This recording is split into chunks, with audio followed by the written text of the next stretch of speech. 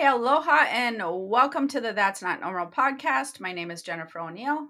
And I'm Michelle Schneider, giving you a friendly reminder that if you like today's topic, to please give the video a like and subscribe if you haven't already. Yes. Also, with this podcast in particular, comment below because I will be asking you some questions that I am very curious about after we talk a little bit about the subject today, the subject matter at hand.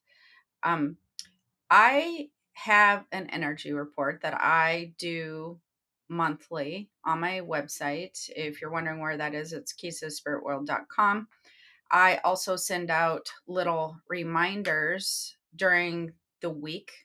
Right now, I'm sending them out on Mondays to just remind you about what's happening with energy, kind of how to pivot or what to be watching for, because it's a lot easier, especially if you are psychically sensitive, to navigate things if you understand what the astrological influence is at the moment. Because your brain always wants to compartmentalize everything. We've talked about this a lot. And if you do not compartmentalize certain emotions or things that you're going through in a file that says astrological shifts and changes when they're happening, the brain will look to label that to somewhere in your life, an experience, an event. And the issue with that is it's famous for kind of creating a mountain out of a molehill if you're not careful. It will potentially dramatize things that shouldn't be as big a deal, but you don't know where else to label it, or the brain doesn't know how to categorize it. And so it will match sometimes emotions or energies, irritations, frustrations, things that are happening in your life that might be amplified by astrological energy. It will label that as current events basically going on in your life. The reason it's helpful to know that is so that you can detach a little bit from making a mountain out of a molehill or energetically amplifying something that doesn't need to be amplified. It allows you to relax in a way that you don't feel like the other shoe is falling, or it's something that you cannot manage, or there's not a light at the end of the tunnel. It allows you to navigate and rest in a way that is really powerful for your energetic system. So, that being said, this podcast is based specifically off of an email that I sent out that one of my dear friends says, I want to learn more about this. I want to take this course. And it's funny because it was labeled Course 101, Well, but it course wasn't. correction, right? Yeah, spiritual course correction 101, I believe. But it wasn't a course, it was just 101 information. I can see the mistake, however, because I am doing a lot of classes right now. So I thought that it would be good, especially with the energy going on right now. However, even if it's not the current energy, I think that this is a good topic just to cover because it's talking about pivoting and understanding when you have a spiritual course correction going on in your life. So, a spiritual course correction, I think that we should probably talk about that first. Yeah. What that is, right?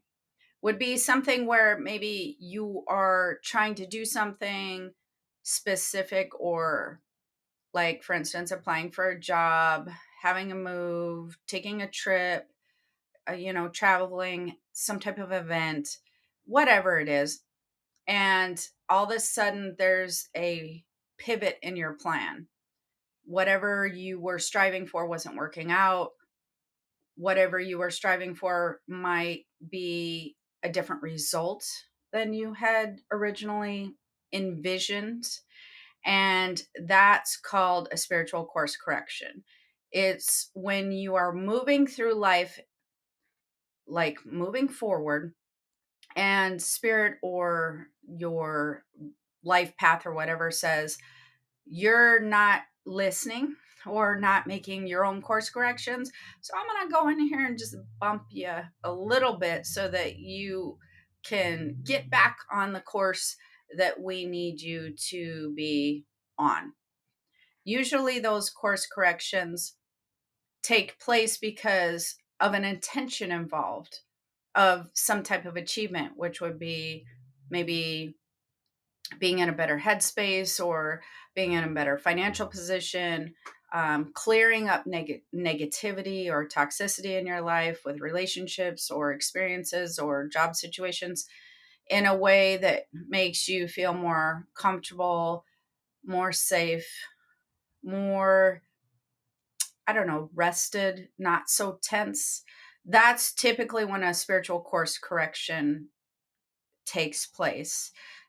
It doesn't usually take place in times of where there's something that feels like what's called um, catalyst in your chart. Catalysts have to be there so that we can learn from them. The difference between a spiritual course correction and a catalyst is catalysts are written into your birth chart for soul expansion and learning, something that may not feel so great at the time, but you're going to learn something from it and then you're going to navigate accordingly. Yep. Sometimes you do that well, sometimes you don't do that well. However, a spiritual course correction has more to do with free will within the Akashic records and you having the ability or the natural gift of tuning in and directing energy, being in tune with the energetic nature in a way that you have put an intention out there and you're trying to achieve that goal or that place. Did I say that clear, do you think? Yeah, and would you say that collectively we are all kind of going into this course correction? I mean, it's not a catalyst, so I mean, it's going to be dependent on the individual, of course, but collectively, would you say that would be in tune? I I long pause. No, in some regards, yes, in others. The reason I say that is there is some pivoting happening, but that's more of a charted thing. So while there is other pivoting happening that might be from free will, it's not really the same on a consciousness collective as I'm talking about when we're talking about your individual charts. Because there's some swaying that can happen, like the greater good wanting something, but then we're talking more generalized wanting. Usually, when it comes to say something you would like, and something I would like. They might be similar, but they might be very different. So it's a little bit more specific when it comes to spiritual course correcting. When you get on such a grand scale, we're talking a different type of energy because now it's a lot broader, if that makes sense. Yeah, and maybe I was thinking more of not just like I don't even know how to phrase it, but if a lot of people are experiencing this course correction with this April energy, Mhm. then is it sort of collectively something that everybody is likely to experience versus Well, when it comes to any energy report, not everybody's going to experience the same thing that's in the report. So, how I explain that to people is when you read an energy report, you take what resonates with you and you leave the rest. It's the same as if you have a tarot reading, a psychic reading, or whatnot. Some people they might have course corrected last month, or they might course correct later on in the year. So it just really depends on where you're at in your chart. So, for instance, pivoting is going to be a big thing for this month, but that doesn't mean every single person's going to be pivoting. It means that like a large portion of people might be affected by it, but not 100% of people are going to be affected by it. So you may have, for instance, 5 things to watch for, 5 to 10 things to watch for within an energy report. And by watch for, I just mean things to be aware of so that you're um, comforting any fears or worries or things of that nature and you're not resisting the energy so much because you know there's a purpose behind it. Again, you're not gonna hit all 5 to 10 points Yeah. always. You're gonna hit what you hit. I mean, when you're sensitive, you're gonna be affected probably by more things than you're not. But so in the grand scheme of things, it's in there, and a lot of people are pivoting right now, but it doesn't mean that everybody's going to be pivoting. However, I think that people, well, I don't think, I know that people pivot during the year. They have many spiritual course corrections throughout the year, whether there's astrological stuff going on or not astrological stuff. And that's why I thought that this was a good topic to cover because you're going to use this at some point in time. Yeah. Does that make sense? No, totally. Yeah, Yeah. okay. So, we wanna talk about 3D thinking versus multidimensional thinking. That's going to be a huge part of what we're talking about here because there is different types of thought, different types of belief systems. One, we could categorize into the 3D area. Another one we could categorize into the multidimensional space. I think it's really important to understand where your thought process lies and where your belief system lies, especially when you're dealing with any type of um, life enhancement stuff, astrological stuff, metaphysical things, your intuition, and all of that, because it's bringing more awareness to where you're at on the scale and balance of things. So that's really good to know. 3D thinking and 3D belief systems are a lot more weighted within linear timelines, very kind of flat thinking, more black and white, a lot of fear, a lot of worry, a lot of there's not enough, only so much to go around, opportunities are limited, that type of thing. It's a very common mindset within the world right now. It's just Yeah. super common. Then we have what is called multidimensional thinking. You can call it a higher consciousness thinking if you want to, belief system, whatever. That line of thought encompasses something entirely different. It encompasses a lot of dimensional layers that you cannot see. When it comes to 3D thinking and trains of thought, there is typically a backup that helps you to think that way. Something visual, something that you're experiencing, an interaction, things of that nature. And when it comes to multidimensional thinking, it's largely based upon intuitive thought and it's faith based. Faith based can be faith in your intuition, faith in a higher power, faith in the universe, but there is a trust and a belief and a faith system that you've bonded with and you resonate with that encompasses many things that you cannot see. Now, when it comes to a faith based belief system, the reason it's called a faith based belief system is because until things manifest into the physical, you're trusting in something your physical senses cannot see. I would like to clear something up with this, however. It doesn't mean your senses are not in tune with this energy, or it doesn't mean your senses can very much not feel this energy because your senses can.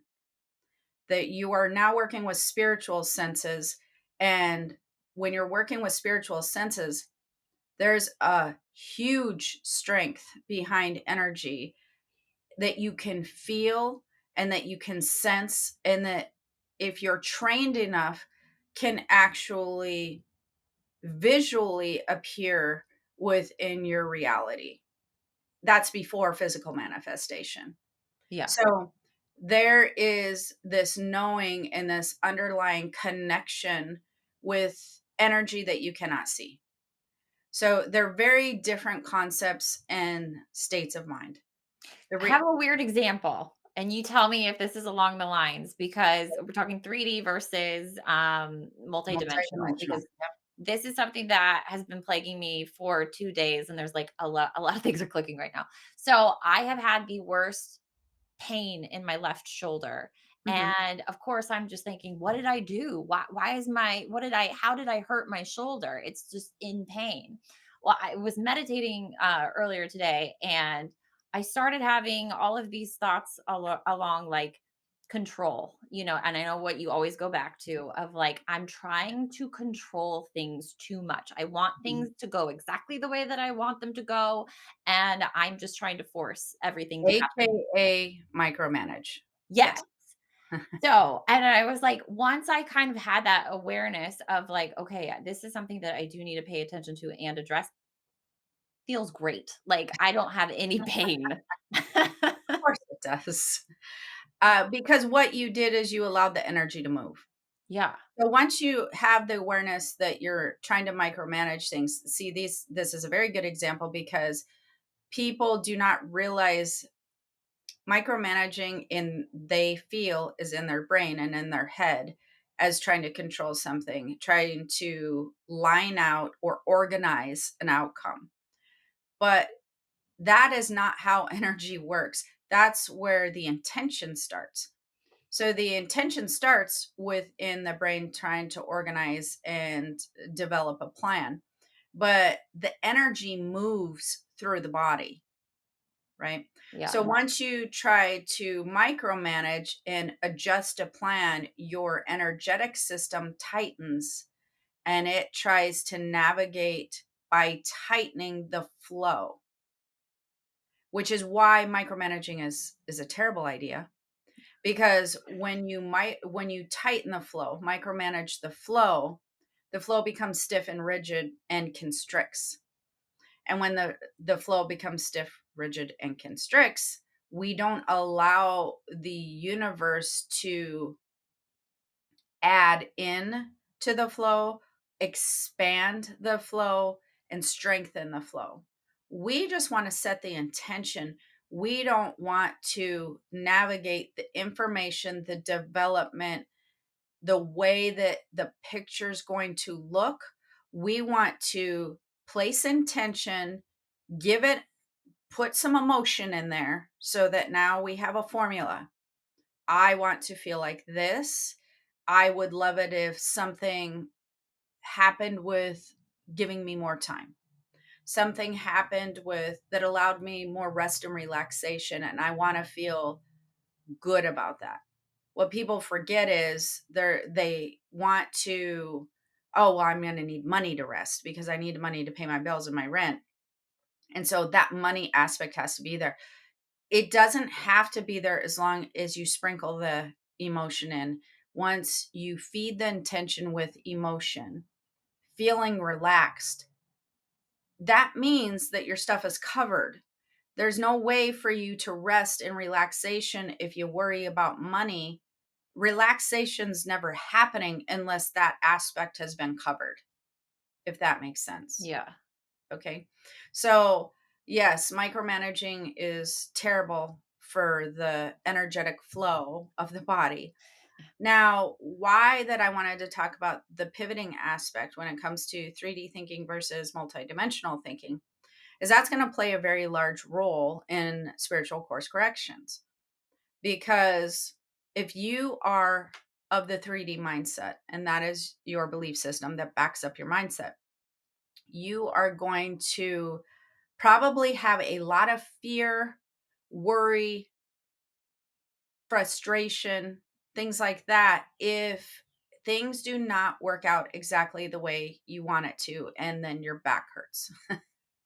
So that is a very highly probable outcome. If you are of the 3D, not the 3D mindset, the multidimensional mindset, and you put an intention out there and you feed the emotion that you would like to put right in into the little box of intention and you power it with emotion and you allow the universe to do something, you allow it to unfold something for you, you are giving the universe power to then create whatever thing comes out of that box. So, intention, putting the emotion in the box, giving the box to the universe, it's going to unbox something that you typically couldn't dream up as well. Yeah. And that's going to be a, a beautiful picture that is trying to direct you down the lane that you want to go down, because we cause ourselves the biggest problems. Any type of resistance or things cause us such a huge amount of problems. And the interesting thing is, I find it fascinating how many people come from the belief system and the mindset that they know better than the universe does. Because typically, what you want is an unfamiliar scenario for you. People are under the assumption that they have a very strong visual, and so that they are very clear on what it is that they want. I think that you should always reverse that and go, my visual is not my desire. The way I feel is my desire. Let's allow the visual to match that. We restrict ourselves the minute that we put a visual out there in the box.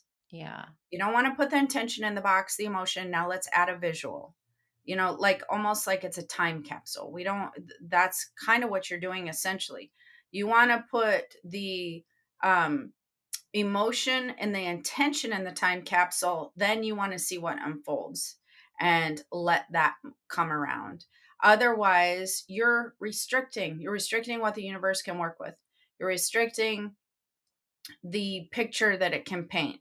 You're saying, paint me this beautiful scene, but I'm only going to give you three colors, and they're not going to be the three primary colors. We're going to work with Yeah. some other colors. So we're going to work with black and white and like red or something. It's not conducive to the full canvas. So now we've caused ourselves a lot of problems, and then there's typically course correction. So luckily, the universe doesn't give up on us so quickly. It says, okay, they're heading down the wrong path, but it's all right, because we're going to throw a pivot point in there or a course correction in there. So it's okay. Nobody panic. We're all right. And then we throw it in there. The course starts to get corrected. You panic. You go, oh my God, this is not looking good. This isn't what I wanted. This is upsetting my familiarity. Usually, your visions and your thought processes of what you would like to see as an outcome, they start to become familiar to you. Yeah. And if you are course corrected onto a road that doesn't have the same scenery, you start to panic that you're not going to get to the same destination, when really your destination was the beach. But the scenery doesn't look right. So how could I possibly end up at the beach? I have all these shovels and these beach chairs, and I'm prepared. I have my towel, my sunscreen, and this looks like the mountains. And it's not the beach. And the mountains is probably going to get snowy. And there's a whole thing that you start to panic when you might not realize that right over the hill is the most beautiful beach you've ever seen. So it's interesting how much that people panic when they have a course correction. Almost every pivot point like that in your life will typically, especially if you weren't expecting it, will typically be something positive in your life. Might not feel like it at the moment, but it will typically result in you being in a better place. So they're typically a positive thing. These are things that I never freak out about. I'm very curious to where we're headed at that point in time. If there's some type of course correction. Now, this is a little example, but for instance, if you're in a hurry and there's a car in front of you that is driving like 15 miles an hour, and you're pretty sure that this car is in your life just to make you madder than you've been all day. Um, I never have that response. I'm always like, I'm clearly not supposed to get where I think I'm supposed to get as fast as I think I'm supposed to get there. Who knows what you're avoiding at that point in time? Could be a traffic jam, could be a ticket, could be somebody you didn't want to see. Doesn't matter. You might be slowed down for opportunity. Maybe wherever you go, you run into somebody. There's networking that happens. Something really cool might happen. But there are reasons that these things happen in your life. So if something goes not according to plan, I'm very curious to where that plan is headed. Yeah. This is interesting to me. I want to know, you know? So, okay, we're gonna throw a little wrench in this then. So if you are, I hear this a lot over like you're always where you're supposed to be. Do you sometimes have to go down the wrong paths in order to appreciate the right path even more? Well, Like, I mean, I would agree with that, but sometimes I think you're not always where where you're supposed to be in that moment in time because sometimes you force yourself in there yeah, and it's like you really weren't supposed to be there. The universe was trying to send you somewhere else, but you were so determined and just so adamant about being in this space that you were not going to let anything detour you from being there. So, I mean, you could argue both sides of the coin. It's just interesting how much that I see people be so resistant and so determined to be in the spot that they think that they're supposed to be in, that eventually, if you're really not supposed to be there, there's going to be some course correction involved. A lot of times that will involve jobs, for instance, because yeah, I've seen that happen often with people who maybe lost a job unexpectedly and yeah, then they I mean, I understandably so panic because their income has been disrupted, but oftentimes that will lead to a better opportunity and a better place to be. So that kind of stuff is common, but also very interesting. Now, I've seen people that have resisted 87 signs that they weren't supposed to be there until that point.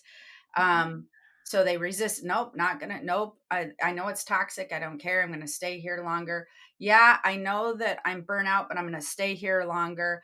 I know that they're cutting people's pay. I'm gonna stay here longer. This feels familiar, familiar, familiar, familiar. This is what typically holds people in paralysis in their life is familiarity. They are very comfortable when they are familiar with their day to day or their experiences or things of that nature. So, trying to get somebody to move off that comfy couch of life is really really difficult.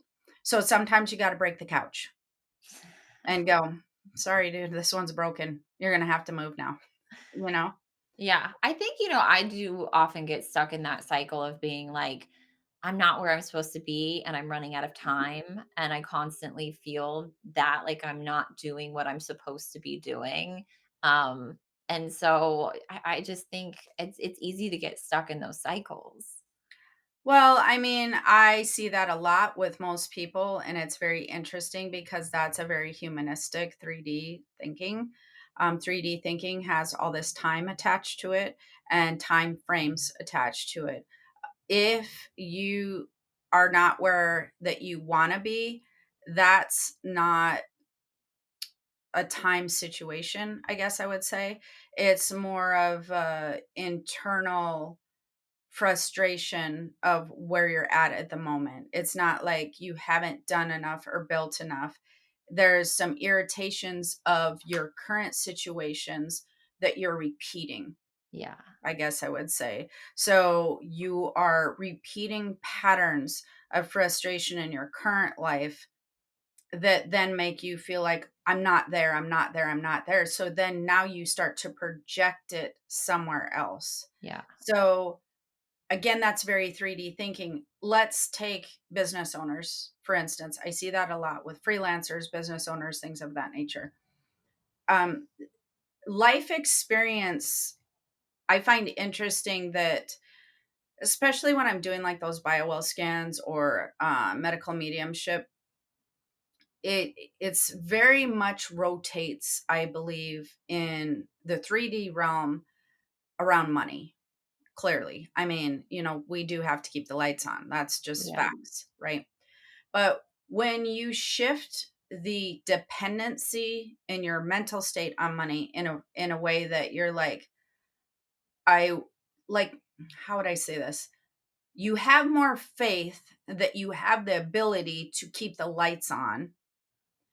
And so you don't put so much stake in the dollar as a thing, and you start to pursue things based on what's fulfilling, passion, joy, but you balance that with interpersonal relationships, socialization, taking care of the energy systems within your own body, physically, mentally, meaning keeping stress down, moving the body with exercise, cultivating love with relationships and your experiences, and trying to just be like, wow, what a magnificent time we live in as far as just life. Like, people really focus on the negative of how we're living in our time frame. And I just find that so fascinating because I can think of five things immediately off the top of my head that are just some of the most amazing things, and they're very basic. And I know we've talked about this before, but like, we don't have to go get water Yeah. ever. It just comes right into your house. You just pay for it. It's crazy. We don't have to grow our own food. I mean, you can get in your car and drive anywhere. You can travel to any place on earth basically that's safe. And people are going, yeah, if you have the money. That's again a 3D thinking. I'm Yeah. just talking about the ability is there. You can basically choose any career that you would want to choose. You can choose any relationship you want to choose. You can be in it. You don't have to be in it. Your free will is so abundant. We are, for the most part, like, living in a culture that is safe. We don't have to worry about living in, World War One or any of the World War Two at this moment in time. We're able to, have a home and a space that we don't have to build. It's, you find it. Yeah. So it's not hard to find gratitude in the time frame that we live in and amplify that with, wow, this is a really cool time frame in a lot of different ways, you know? Yeah. We just focus on the negatives. Well, I mean, I think that that's easier. Yeah. I really do. I think it's easier than to think of all the positives. I mean, it just is. It's everywhere, and you can get a lot of opinions and a lot of people that back that up for you. You can get a lot of people going, "Yep, you are right. This is terrible.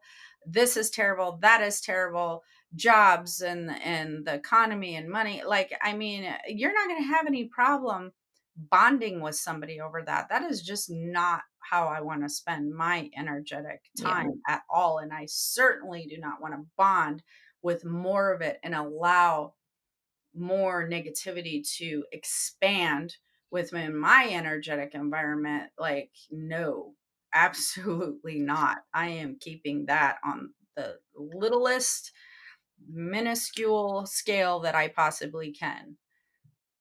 So that kind of went off in a whole different direction, didn't it? Love it.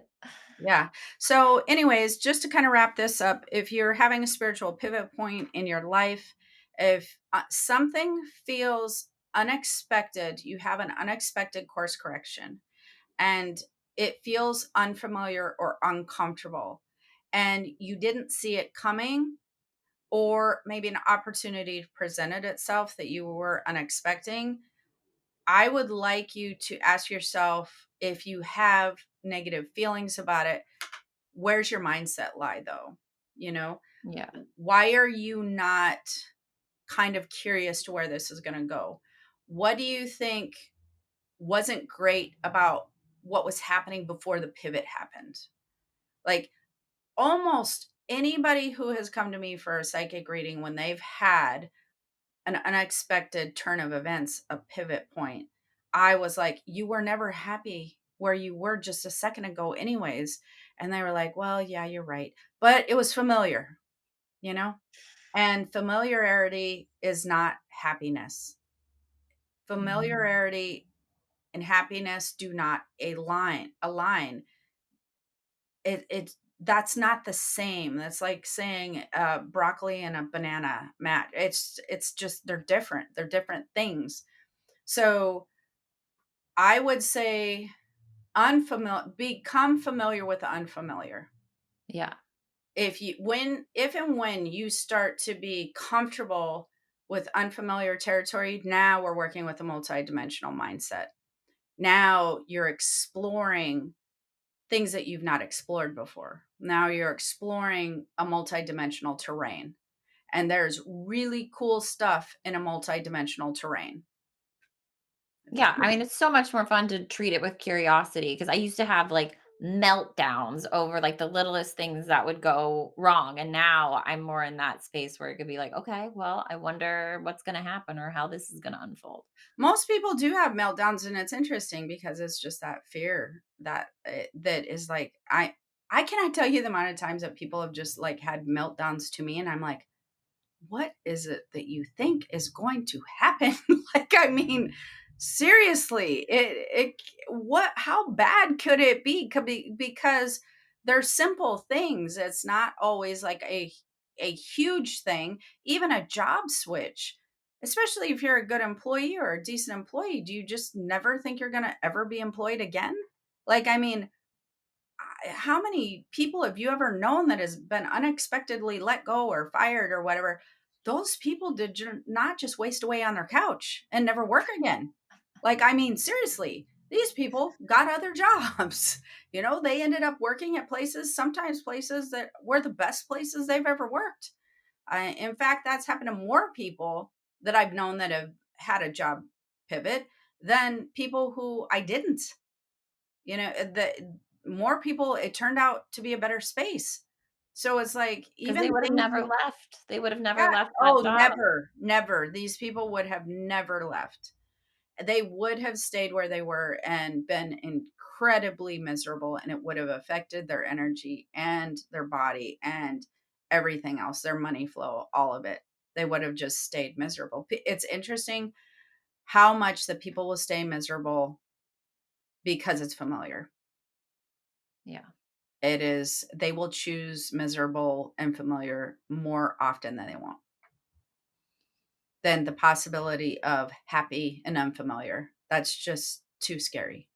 So, anyways, comment below and let us know if you feel like you have a 3D mindset or a multidimensional mindset.